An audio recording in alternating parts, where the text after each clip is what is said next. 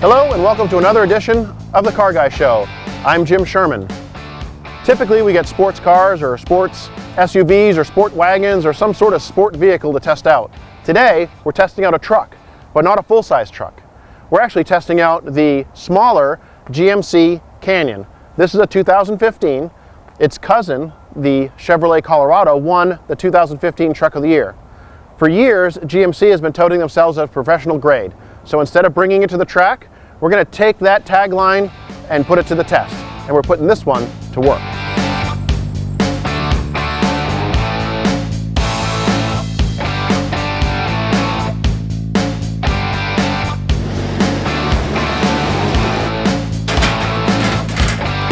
One of the first things you notice when you start driving the Canyon is its maneuverability.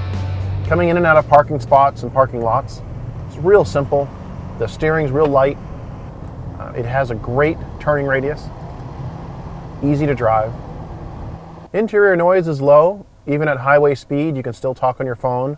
You can still hear the radio, which is a Bose system in this particular model. This one's equipped with navigation. It's not too bad. It's middle of the road, user friendly. It did take me a while to learn how to get it to do the basic functions, the address inputs and things like that. Oddly enough, the dashboard menus or the center driver menus are easier to navigate than the center console systems. The suspension is what you'd expect from this size vehicle. It does have an independent front suspension and a live axle rear with springs. It does ride like a truck.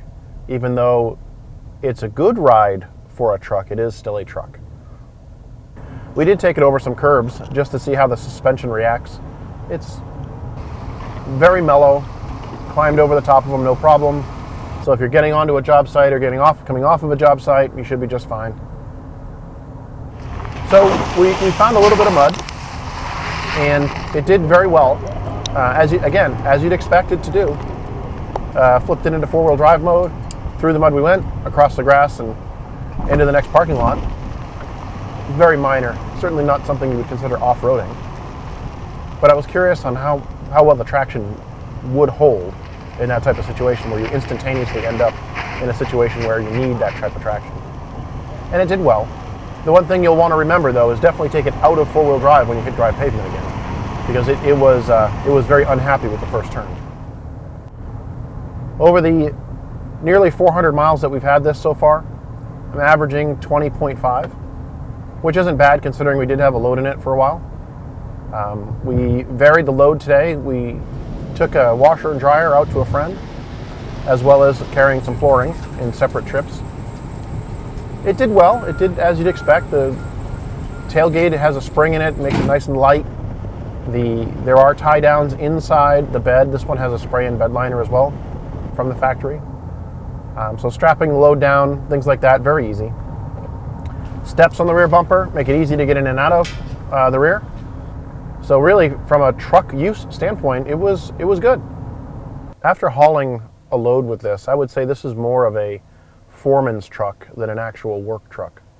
It's comfortable, the seats are supportive. It does very well when it doesn't have a load. But as soon as you start to put a lot of weight in this, it really starts to fall on its face. While the design and the bulky appearance and the technology are all cool, what this lacks is power. Even though our test vehicle has the V6 in it, which is 305 horsepower, it certainly doesn't feel it.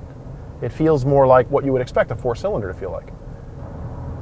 It's a nice little truck. Truck of the year? I'm not so sure about that.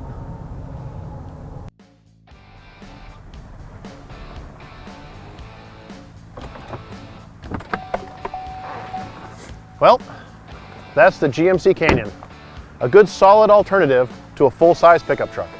I'm Jim Sherman with the Car Guy Show.